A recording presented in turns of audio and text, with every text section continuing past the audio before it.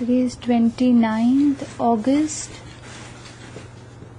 Wednesday, Bhagavad Gita study, chapter 5.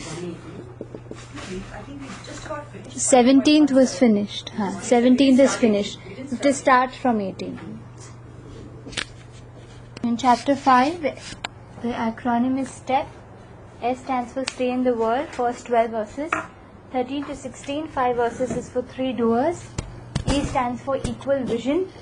It's between 17 to 28. And P is P's formula, just one verse, verse number 29. So we'll start with our prayers. And then I'll write some things on the board. Introduction, page number 1.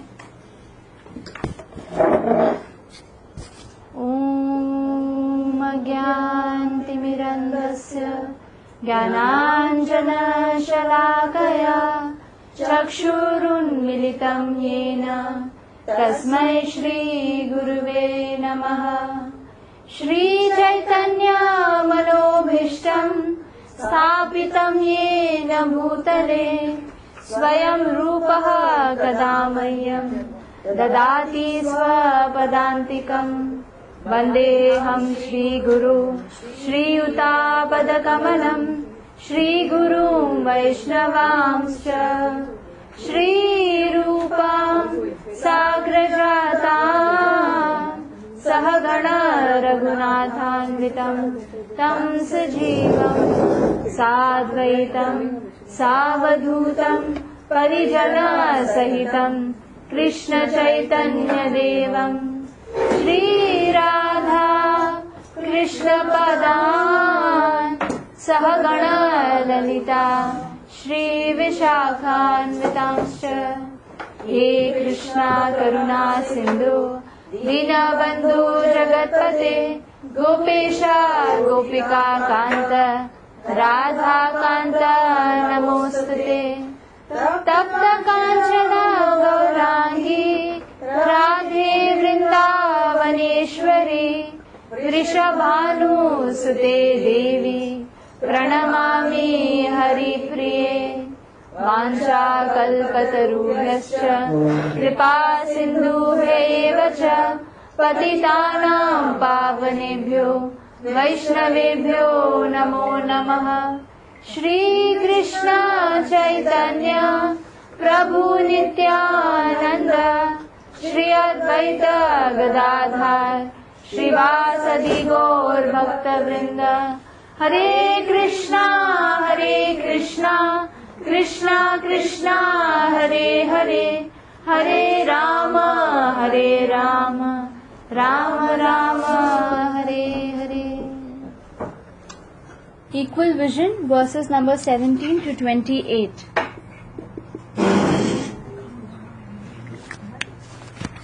He's writing things on the board now. Quickly read what is there. 5.17 is what you all did last class. So after understanding the position of 3 doers, that's verse number 13 to 16, we understand who the 3 doers are. Preliminary first doer is the Jiva, whose desire begins everything.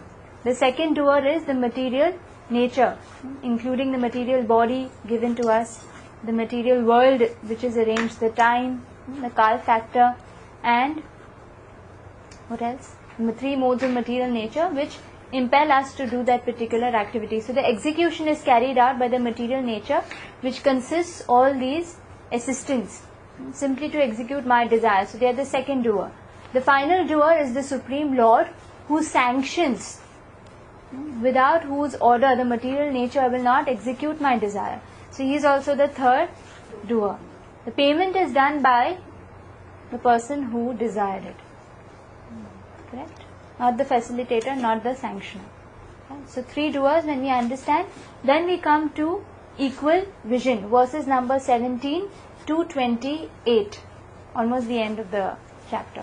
So verse number 17, what we all did last time, is after understanding the position of 3 doers and learning that one is different from his body, we must become fixed in the Supreme. That means the third doer is whom we have to concentrate on. And the second moral in verse number 17 is, understand that the Lord is impartial and fix intelligence on that quality of the Lord, of the quality, that quality. Which quality? His impartiality, His compassion rather.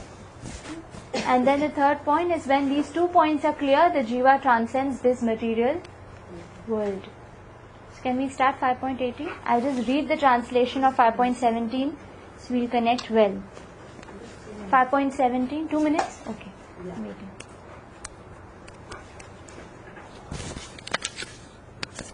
When one's intelligence, mind, faith and refuge are all fixed in the Supreme, then one becomes fully engaged, fully cleansed of misgivings through complete knowledge, and thus proceeds straight on the path of liberation. So the same things are written here. 5.18, can we read the shloka? Vidya Vinaya Sampanne Dhamane Gavihastini Shuni Chaiva Shvapake Cha Panditaha Samadarshinaha. Translation, we'll read it together. Start. The humble sages, by virtue of true knowledge, see with equal vision a learned and gentle Brahmana, a cow, an elephant, a dog and a dog-eater, outcast. So dog-eater is like an outcast. Correct? So here, I'm reading the purport and then we'll collaborate with this. A Krishna conscious person does not make any distinction between species or castes. Now casteism is so much in depth in our system. In fact, a lot of people even rejected the Vedic system because they were confused about the casteism, or they were put off with the casteism system. But here, Krishna says that a person who is truly learned in Vedic knowledge, he will not see any differences, not in bodies, neither in castes. The Brahmana and the outcast may be different from the social point of view, or a dog, a cow and an elephant may be different from the point of view of species.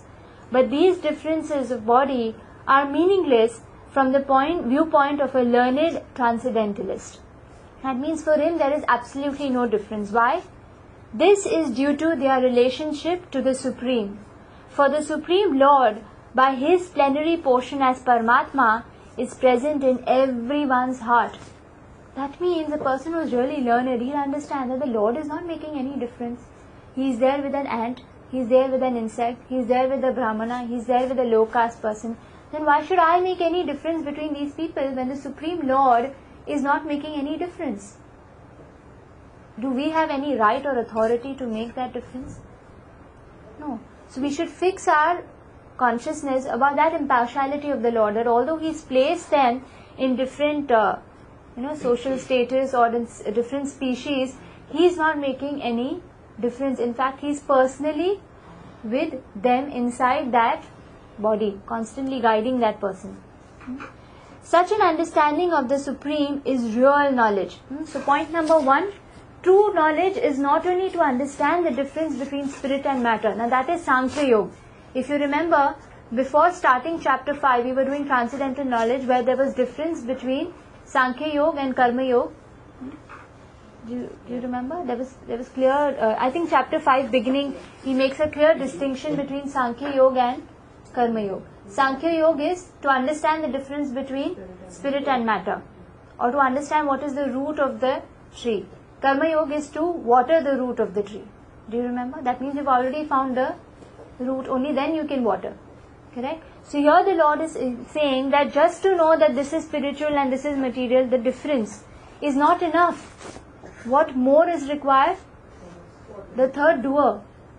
You have to water, or you have to find out more about that Supreme Lord. You have to find out more things about who is the all spiritual being, who is the topmost spiritual being. So here His plenary portion is Paramatma. As far as bodies are concerned and in different castes or different species of Lord, the Lord of life, the Lord is equally kind to everyone because He treats every living being as a friend, yet maintains Himself as Paramatma, regardless of the circumstances of the living entities. You know, even in the material world you see that as well as someone goes through a low time, everyone deserts that person. Imagine even in the material world, but the Lord is not like that. No matter what situation we are in, what karmic destination we are in, what happens? Does the Lord desert us at any time? No. He is a friend. The last shloka of the Bhagavad Gita, of this chapter 5.29, we'll go through that verse where Krishna says, Bhoktaram yagya tapasam sarva loka maheshwaram suridam sarva bhutanam. He says suridam. Suridam means a real, true friend of sarva bhutanam, means of all living entities, not only the human beings or not only of brahmanas. You know, a lot of times, it's mentioned that the Lord is exceptionally merciful to the brahmanas. But actually here in this shloka and in the last shloka of this chapter, we'll see that how He is living with each one of us, impartially sanctioning whatever we want, whatever we desire. The Lord as Paramatma is present both in the outcast and in the brahmana. Although the body of the brahmana and that of an outcast are not the same. The bodies are material productions of different modes of material nature. But the soul and the super soul within the body are of the same spiritual quality. Like I and you look different. We have different consciousness. We have different desires.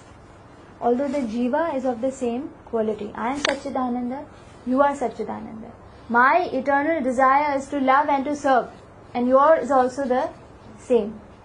We are in different modes right now, and that is the difference of the body. Our desires were different. Correct? So the bodies are material productions of different modes of material nature, but the soul and super soul within the body are of the same spiritual quality.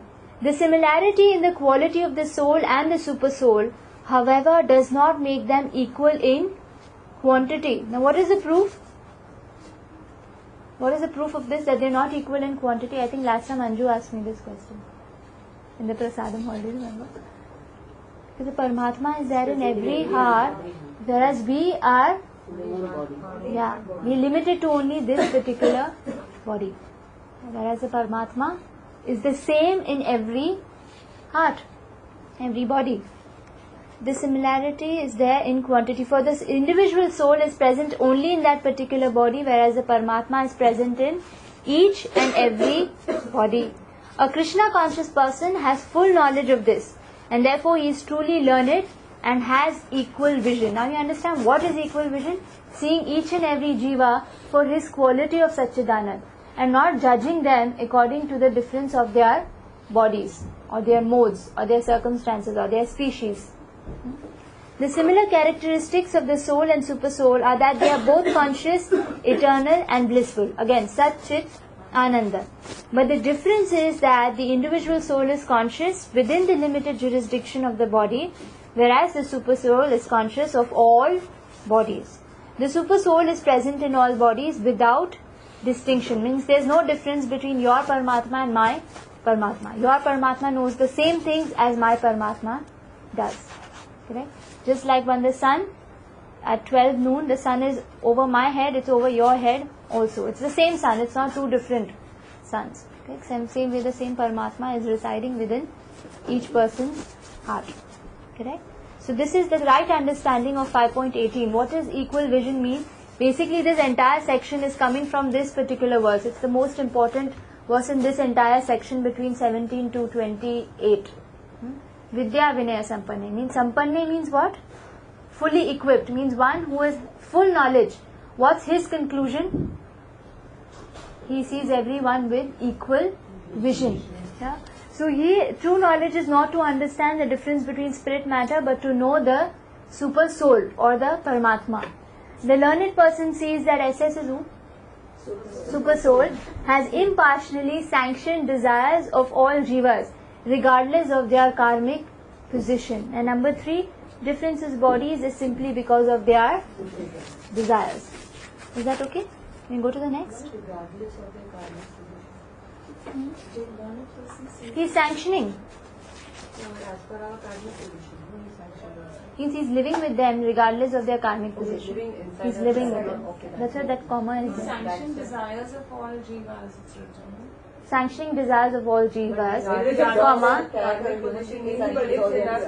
I mean, even if a brahmana is desiring something, because of their karmic position means because of karma, you are either a dog or a cat or a cat.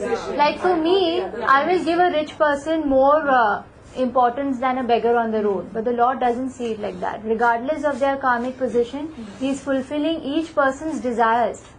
He doesn't see the difference that the way He doesn't have material vision. For Him, everyone is His child.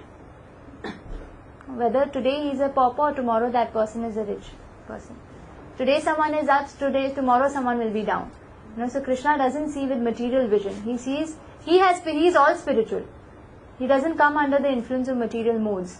So He doesn't see a person that, oh, he's a brahmana, so he's, I should fulfill his desires more than a cat or a dog eater. For Him, everyone is the same. Everyone is His child. 5.19. Is it clear? Yeah.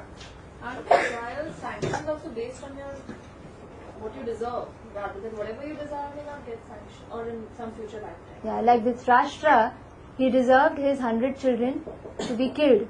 He didn't deserve to have 100 children. So then what happened? Those 50 lifetimes, he was put in such modes and circumstances where he gathers the punya to get 100 children. And when he did get it, it was washed away. So whatever you desire, you have to be very careful with your desires. Because somehow it will be fulfilled. Like Bali Maharaj, before Vaman Dev came to him, what did he desire? His desire was that he'll be the lord of the three worlds. Means he wanted to be the lord of the earthly planets, of demigods and of the demons. It's not possible to rule all three. Yeah? You're either the lord of the demigods or you're either the lord of the demons, because it requires a different mode. So what happened? In that particular lifetime, he was allowed to be the earthly king. Right now, he is in the lower planetary systems. I don't know exactly which is Atal or Sutal. You have to check the Shrimad Bhagavatam. Is it a gatekeeper somewhere? The Lord is his gatekeeper. The Lord is there. Yeah, and he is the king of the demons in the lower planetary system. And he still will not go back to Godhead, although he is a devotee. Again he will take a birth, and the next Indra, after this Indra leaves his position or he passes away, the next Indra is going to be Bali Maharaj. Because he had a desire to be the lord of the demigods also. But why is Lord is his what? Because that was a particular benediction given to him. He is a devotee. So the Lord is fulfilling desires. So be very careful. The moral of Bali Maharaj's story is, be careful before you utter something. Next lifetime. Next lifetime. Since Krishna came in that Vamana avatar and blessed him, then shouldn't he have gotten liberation? Because once you see Krishna, meet Krishna, then don't you get liberation? Yeah, then people will stop asking Krishna. वो देखिए हम लोग को जो चाहिए वो देता नहीं, he simply sends everyone back. So they want to go back. Unless you want liberation. Putana, she realized that this person is not ordinary, and she served Krishna. Did Bali Maharaj serve Krishna? He was a devotee, so he not serve him after Vamana avatar came and that realization came to him. So but his desires were already made. And these desires, So, they also get killed or what? When we come to I'll tell you 5.19, I'll refer to this point because there's one particular shloka. Not 5.19. 1 second. It's 5.19. This one. Ihaiva terjitah sargo yesham samye sthitam manah निर्दोषम ही समम ब्रह्मा तस्माद् भ्रमणि ते स्थिताः. Translation: Those whose minds are established in sameness and equanimity have already conquered the conditions of birth and death. They are flawless like Brahman, and they are already situated in Brahman. Yeah, now I'm reading the translation, then I'll break it up, the purport. Equanimity of mind, as mentioned above, is the sign of self-realization. That means that equal vision or equanimity, two different words. Those who have actually attained to such a state should be considered to have conquered material conditions, specifically birth and death. As long as one identifies with this body, he is considered a conditioned soul. But as soon as he is elevated to the stage of equanimity through realization of self, he is liberated from conditional life. That means if a person is still in the material body, does he identify with the material body? He does not identify with the changes in this material body, nor in this gross as well as subtle. Even if his mind is acting in certain way, he can identify that I am separate and this mind is separate. It's acting because it's trained in a certain way. Like when you're a child, you're not able to train him when he's very young. What happens? Gets stubborn. And then to change the child it takes a little more effort, more energy, more time. So we understand from so many millions of lifetimes, we've trained our mind to do whatever it wanted to. Now when you're getting knowledge, what is happening? We understand that this mind has become stubborn and it's acting in a certain way. I don't have to listen because I'm not this subtle body. Feelings of sadness, depression, or this is all changes of subtle body. And the person stops identifying with that. Yeah. So he is not anymore in conditional life. In other words, he is no longer subject to take birth in the material world, but can enter into the spiritual sky after his death. That means he is entitled to. Correct? Then the Lord is flawless because he is without attraction or hatred. Similarly, when a living entity is without attraction or hatred, he also becomes flawless and eligible to enter into the spiritual sky. Such persons are to be considered already liberated, and their symptoms are described below. Means from next verse onwards, the symptoms of a person with equal vision will be described. Now here in the verse, there are three types of devotees. There is this shloka, Vadanti tat tattva vidas tattva desh jnanam advayam brahmeti parmatmeti bhagwan iti shabdyate. A person who is a devotee of Brahman, what does he realize? There are three aspects to know Bhagwan. There are three aspects to know God. The three aspects to know the sun. What is the first experience of the sun? The sunshine. When there is ujala, or when there is light, you understand that the sun has come. It's rising now on the horizon. So that is the first knowledge. Sunshine is the first knowledge of the sun. The second aspect is the sun disk that we can see. That fire or that fiery disk that we can see. And the third aspect is the planet or the sun god himself. Which is the best knowledge?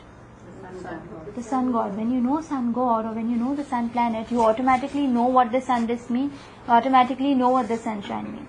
When you know what is the sunshine, do you automatically know what is there on the sun planet? It's still incomplete. So to know the Lord also, there are three phases. The first phase is the Brahman or the effulgence of the Supreme Lord.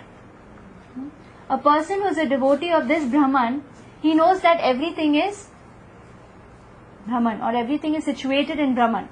Correct? The second person who is a devotee of the Paramatma, he knows that the Lord is sitting in everyone's heart. He can see that it's the Paramatma's will. That's why we are in a particular karmic position or we have this material body, and all these desires of us are being sanctioned by the Paramatma. But what about a devotee who knows Bhagwan? What's his position? How does he see karmic reactions? Or for that matter, Bali Maharaj's desires? How is Bali Maharaj doing it?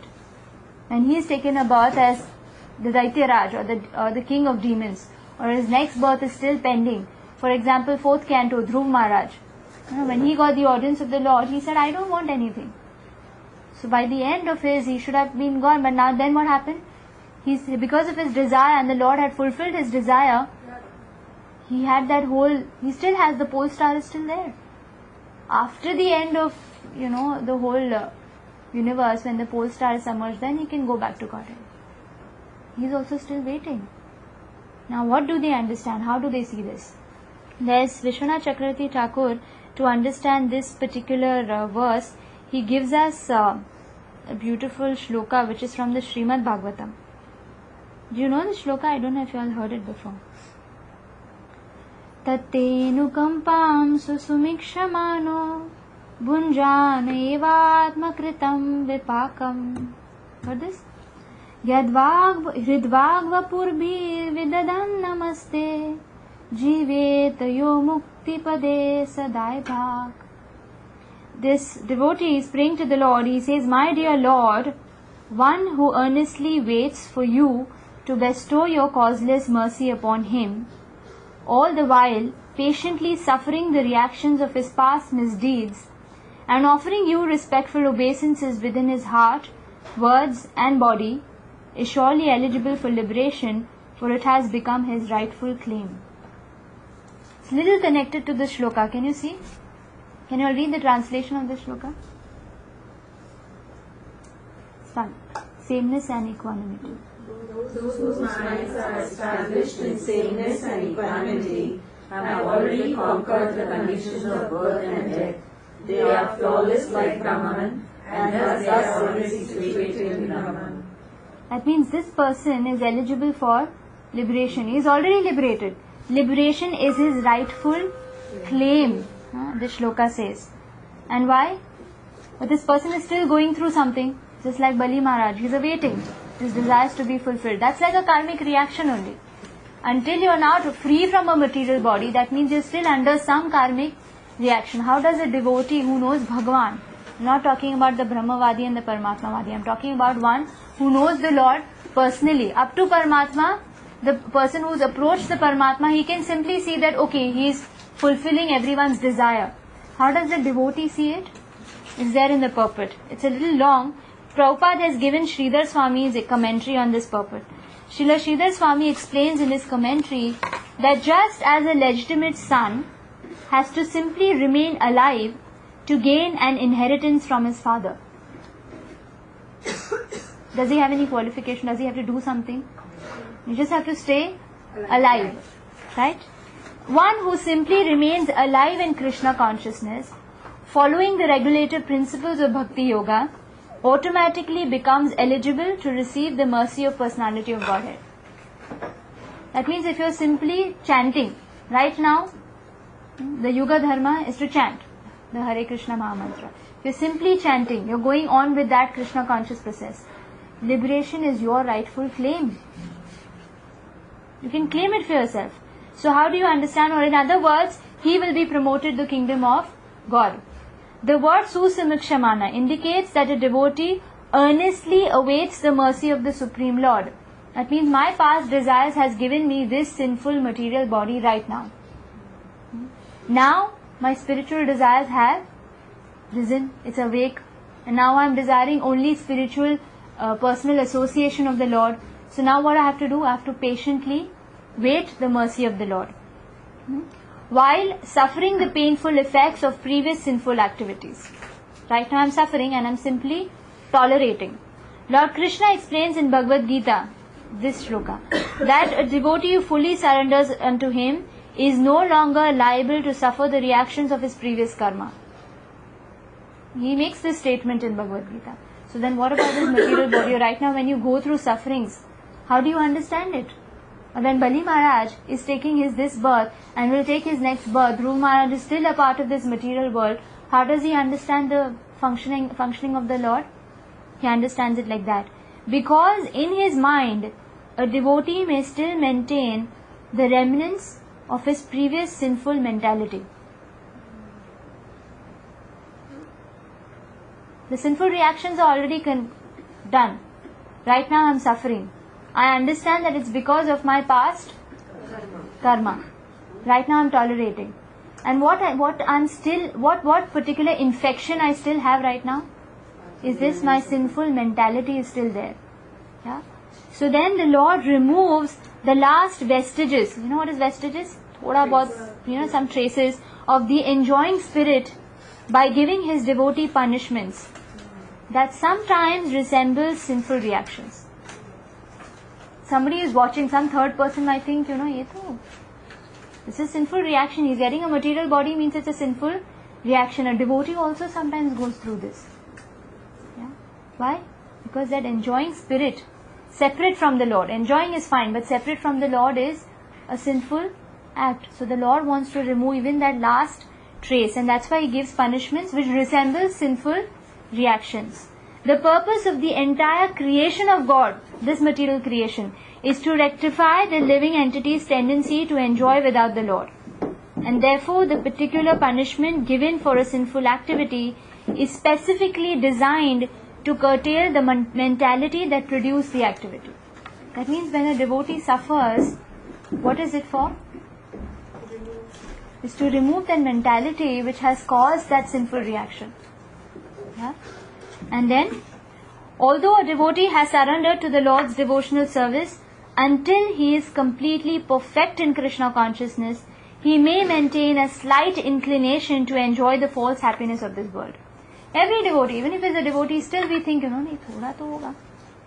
There must be some way I can enjoy in this. This enjoying spirit is so deep-rooted because so many lifetimes we've been trying to enjoy it. It's become like a habit.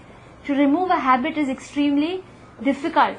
So the Lord is giving us so that then we intensely desire that, oh God, this sinful mentality I have to give up. I have to be pure.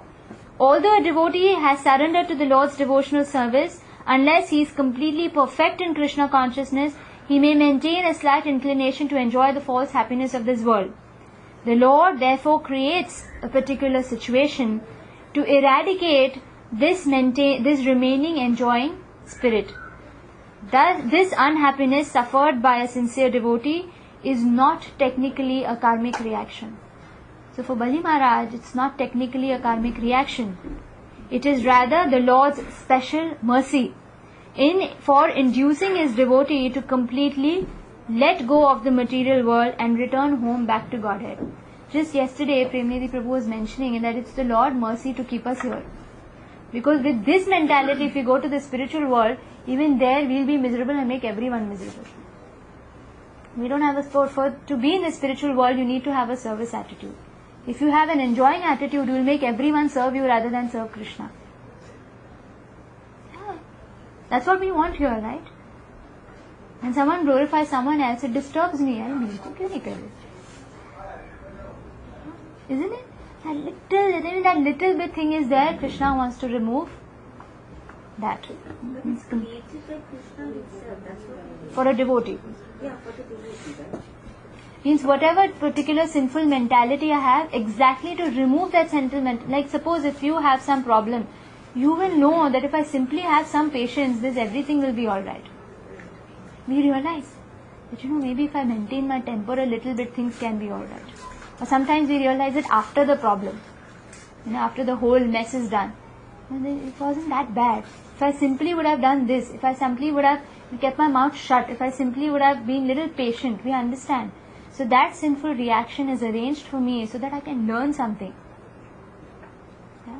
When a judge decides something for a prisoner or for a culprit, he doesn't have any personal grudge with him. It's to rectify that particular person. That's why there are so many laws, otherwise everyone, sabko फांसी चढ़ा दो, सबको ऐसे कर दो, सबको वैसे कर दो. But I mean like that. But there are different, sentences for different kind of people. Why? Because to rectify that particular activity or mentality. Even karmic reactions are designed like that. So when something happens in your life, you ask something, what does the Lord want me to teach out of this? Unless we don't learn, it will keep happening. The day we learn, khatam. Sinful reaction is only to intensify the learning process. The more complicated we are, the more complicated our karmic reaction is going to be. Does that make sense? A sincere devotee earnestly desires to go back to the Lord's abode. So now it's a new life. Now our desires have changed. So now what? Therefore he willingly accepts the Lord's merciful punishment, continues offering respects and obeisances to the Lord with his heart, words and body. That means when the sinful reaction comes, you should understand that this is my own misdoing. ये मेरा खुद का करा धराया है. Now that the Lord wants to correct me, let him correct me. Such a bona fide servant of the Lord, considering all hardship, a small price to pay for gaining the personal association of the Lord. So that means if you think the Lord is creating this for me, He's not creating a nuisance for me. Actually, it's a very small price to pay for what He's going to give us, in exchange for taking our values from Him. Values of patience, values of compassion, or values of tolerance are priceless. We can't place a price tag on it. Same way that personal association of the Lord in the spiritual world, actually Krishna is giving the sinful reaction. That's a very teeny, tiny price to pay to what He's promising us. So here, certainly forgetting the personal association with the Lord. And then if you're a legitimate son of God, what is the word indicated here? Dai bhag, means it's your rightful claim. Just as one cannot approach the sun without becoming fire, Prabhupada writes here, one cannot approach the Supreme Pure Lord without undergoing a rigid purificatory process.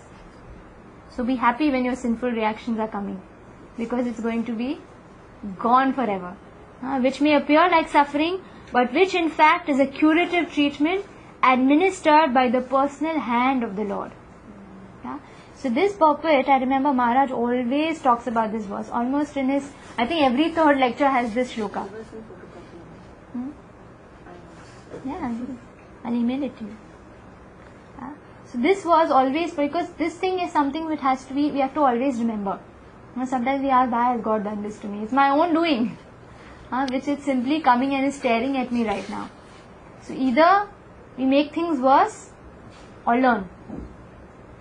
Choice is still ours. So this sameness and equanimity, coming back to 5.19, how does the devotee see it? Tattenu kampansu sumikshamanam. He tolerates. And he knows at the end of this is, I'm going back to the spiritual world. This price that I'm paying right now is nothing compared to what I'm going to get in the spiritual world. So let's tolerate. Let's be patient. We all have desires and we've already placed them out, okay? So like you said, if we're going to chant, probably that will get nullified and these small things that come out for our purification. So if Bali Maharaj is so knowledgeable, at this point of time we can't stop and want to go back to Lord. He still wants to go through everything. Maybe the Lord has some mission left for him. Maybe the Lord has mission left for us. What particular karma does Prabhupada have? It's a completely self-realized soul. Right? He had to live till the age of 65 to actually show that, what plan he had, what was the Lord's plan for him. 65 years, he's simply waiting. And he had so many, you've read the Leelamrit? He had so many. Did he have a very good life? In fact, his wife hurt him so much. He literally asked her that, do you prefer tea or do you prefer me? She said tea. I think it's very easy to live with such a person. Not easy. His children, I think when he left also from, Calcutta, he boarded Jaladuta. There was nobody with him. I think only his son was there. It was easy. He just met his spiritual master twice, thrice, 3-4 times in his entire lifetime. He was just preparing. Maybe the Lord has something for Bali Maharaj and Bali Maharaj is preparing. Never know. Maybe if you take a lifetime again and then see. You don't want to take that risk. Maybe it's just knowledgeable people, if they have to go through so much, they to do There are differences. The Lord sees the caliber and then tests the person. Bali Maharaj is of a very high caliber. He can take those 2 lifetimes. We can't. Prabhupada can take that type of test. He could suffer 2 heart attacks on that Jaladuta. He can't. I just saw this my aunt, my Bua Sas. She suffered 2 heart attacks. Consecutive. I can see her, she's a vegetable. She can't even stand. I was just thinking of Prabhupada at that time. My God. No one. It's not easy. Go to the next verse. But then if you are in 10th standard, you will not be given in PhD examination. Krishna will give according to our level. And in fact, even in the spiritual world, there are 2 types of devotees. There's one Nitya Siddha and Nitya Baddha. Nitya Siddhas are those who will never leave Krishna no matter what happens. Prabhupada is a Nitya Siddha. No matter what type of reversal he has, he will not forget Krishna. Nitya Baddha is, no matter how much intelligence is given to them, they might have a chance of forgetting Krishna. So the jivas who are troubled in this material world, even Pandavas, they are Nitya Siddhas. So much trouble they had. Queen Kunti, so much trouble, my God. Right from her birth, literally, 7 years of... All these people also must have gone through that whole cycle of the births and deaths of the ladies for that. Pandavas and Kunti? No. And Prabhupada? Because after a point... Seeing his caliber, I really doubt. I really feel, because that at the age of 65 to do anything like that, it cannot be an ordinary human being. That's maybe penances over life and kind of leading a certain life. even penances over a life. It's difficult. Penances over life, someone like Vasudeva and... whatever over lifetime you've done, that somewhere leads you to... Yeah, Shukdev Goswami says, that the Gopas who are enjoying with Krishna, they have performed a lot of penances and sacrifices. Yes. So at least Shukdev Goswami says. But then once you're Nitya, you're eternally connected to the Lord. There are type of people there. Type of jivas. At least Shrimad Bhagavatam says that. And that they will never forget Krishna no matter what happens. And there are type of souls who might, who tend to fall out. To come and help other people and go back to the same position. Yeah. No, I don't have anyone. न प्ररिष्येत् प्रियं प्राप्य नोद्विजेत् प्राप्य चाप्रियम् स्थिरबुद्धिरसम्मूढो ब्रह्मविद् ब्रह्मणि स्थितः. Translation: a person who neither rejoices upon achieving something pleasant nor laments upon obtaining something unpleasant, who is self-intelligent, who is unbewildered, and who knows the science of God, is already situated in transcendence. Yeah? So here he is giving characteristics. He started to describe the characteristics of a person who is already liberated. So what is it? He neither rejoices upon receiving something pleasant, and if something unpleasant is happening, that doesn't make a difference either. He is self-intelligent, he is unbewildered, and who knows the science of God perfectly. We'll read the purport. Prabhuji said he is 10 minutes late, and it's 12:35. Is that right? We'll finish this. Anyone wants to go for darshan can go, and we'll sit and chant till Prabhuji comes. Chalega? Start. The symptoms of the self-realized person are given herein.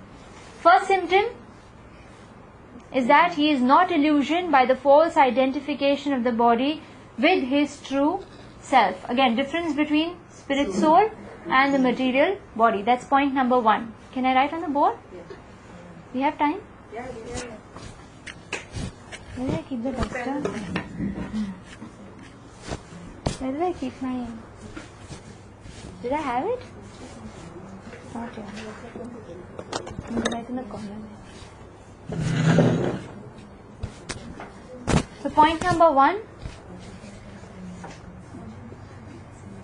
Not illusion by misidentification or false identification of the body with the true self. He knows perfectly well that he is not this body but is the fragmental portion of the Supreme Personality of Godhead.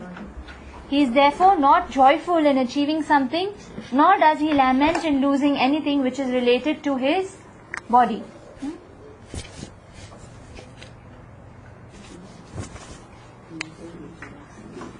That's point number 2. The steadiness of mind is called Sthira Buddhir. That's the third line of the shloka. Sthira Buddhir asammudho. Sthira Buddhir. The steadiness of mind is called Sthira Buddhir or self-intelligence. Means he is able to correct himself. He is able to see the functions of the mind, the way it is functioning. Yeah, functions of the mind. He can understand how the mind is working. Right now, we are so attached to this mind. Whatever happens to the mind, we are affected. The mind is depressed, we are affected, we don't feel like eating, we don't feel like sleeping. It's being too connected or too identifying ourselves with the subtle body. And then when you advance in spiritual life, you will see the functionalities of this mind. You can identify when the mind is asking you something, troubling you for something, at least momentarily when you practice, you can ask the mind to shut up. Sometimes then there's, that struggle starts between the mind and the devotee. Right? So this knowledge, he is therefore never bewildered by mistaking the gross body for the soul, nor does he accept the body as permanent and disregard the existence of the soul. So point 3, I am writing self-intelligent or sthira buddhi. This knowledge elevates him to the station of knowing the complete science of absolute truth, namely Brahman, Paramatma and Bhagavan. We discussed this in the previous verse, 3 stages of knowing the Supreme Lord. He thus knows his constitutional position perfectly well, without falsely trying to become one with the Supreme in all respects. This is called Brahman realization or self-realization. Such steady consciousness is called Krishna consciousness. So this is Krishna consciousness. When you are steady, when you understand that my goal is to get back to the spiritual world. Self-realization is there. After self-realization, you are serving the super soul, the third doer. So quickly we'll do a recap, then we'll start. So stay in the world, 12 verses. After 3 doers, the 3 doers is myself, material nature and the Supreme Lord. 5.17, we have to fix our mind or fixed in the third doer, the Supreme Person who's sanctioning all my desires. Understand that the Lord is impartial and fix our intelligence on that quality of the Lord. Following the above 2, what happens in 5.18? A person gets equal vision. He doesn't see difference between castes nor between species. He sees that the Lord is sitting in each person's heart simply.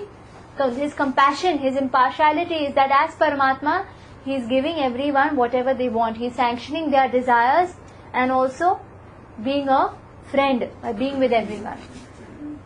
So also then we have to learn about the Supreme Soul. The learned person sees that the Supreme Soul has impartially sanctioned desires regardless of karmic position. Number 3, difference of bodies is because of their desires. 5.19, we saw the 3 types of devotees. How is their sameness and equanimity? How do they maintain their Krishna consciousness? How do they understand their karmic position? How do they understand the Lord's hand, the position of Super Soul? A Brahmavadi sees that everything is Brahman. Eventually, once I realize that I am the soul, everything will be okay.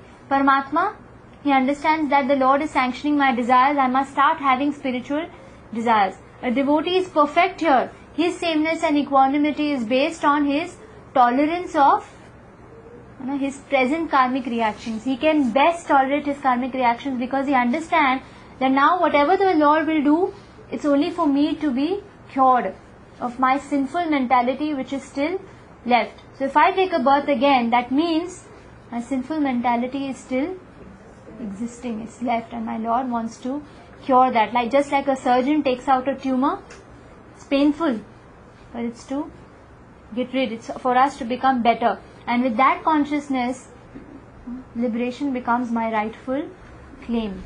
5.20, a person is giving qualifications or characteristics of such a person. Number 1, he is not illusioned by misidentification of the, he doesn't think I am this body, I am not the soul. I am the soul, not this body. Number 2, he neither laments nor rejoices upon getting anything. Number 3,